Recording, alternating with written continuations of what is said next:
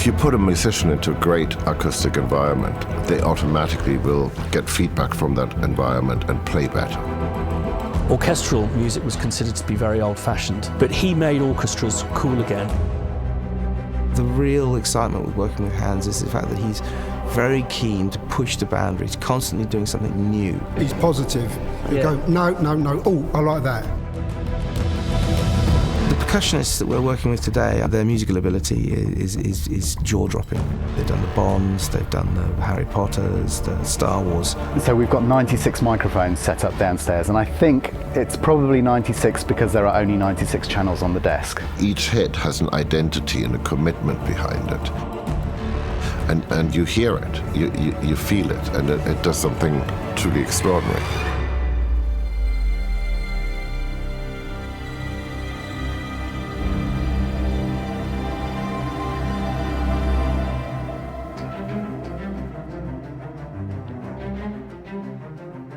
The key thing with Spitfire is that we just felt the way other people were making samples, they were approaching it from a software development point of view, and we didn't see the point of that. We just said, let's just make them exactly the same way as we do with our film scores. All music relies on technology. A violin is just a bit of good carpentry and some dead cats. I mean, it does involve a certain amount of technology to get you there. I remember seeing Hans' studio in the late 90s, and it was just astonishing how many of these samplers he had.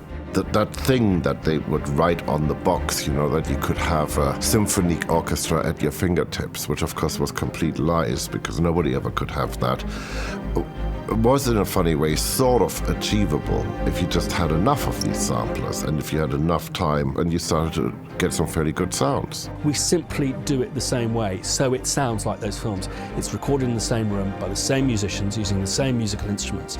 And this is what Hans said, you know, I feel a lot of people are trying to do what I do, so Hans has gone, this is the sound, this is how you do it. I tried to create these sort of 3D landscapes, basically. And one of the things about that is this is where you place your microphones. Out in the live area, I have approximately 90 microphones, of which we are using 60 at any given point in time. And I'm trying to do a couple of perspectives, sort of a very close and a not so close, and sometimes a third one as spots. And then we have what we call kind of mid-rooms, which are about 6 to 10 feet away, which just give you the sound with a bit of space around it. I think the things that make up a great sound is a great performance in a great space with a great recording engineer. What's really exciting about this library is it's going to be released with a variety of mixes by world-class Grammy-winning engineers and producers. Everybody will take the source material, but they'll put their own twist on it. So, for example, Steve Lipson is going to have a very different sound to Junkie XL. We've got Alan Meyerson is going to have a very different sound to Jeff Foster, and of course, Hans has his own sound as well. And I think what Hans wants to demonstrate here is how important mix engineers are, because it will sound totally different. A lot of times what my job is to take what they've already done and add that sense of dimension or size or sound that takes it to the next level, that makes it feel polished or a little bit more emotional or a little larger than life. A drum is sort of this interesting archaic thing, but you know, there are like sweet spots when you hit it just right, and I mean, these guys have been doing it forever. Well, Hans is very open to suggestions and trying out things, and we all sort of chip in and say, look, why don't you try this with certain sticks or different pitches, etc. And Hans always has a listen. If he doesn't like it, he doesn't mince his words. We know it. And that's a really good thing. I mean, he's positive. It's a group effort rather than individuals, and that's the best result.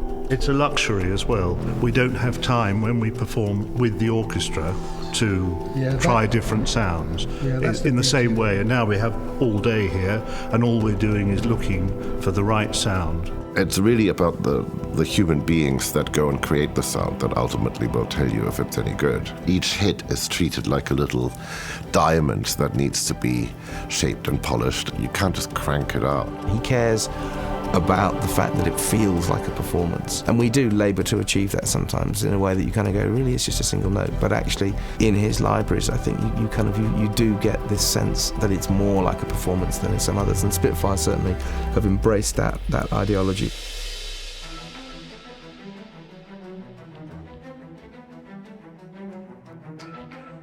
Hans is working on a project called Lone Ranger at the moment, and he's working with a particular percussionist on that project, and he got in contact with us and said, guys, how about we get Jason Bonham on the Newman stage in LA and get him to hit some drums for us for this library as well.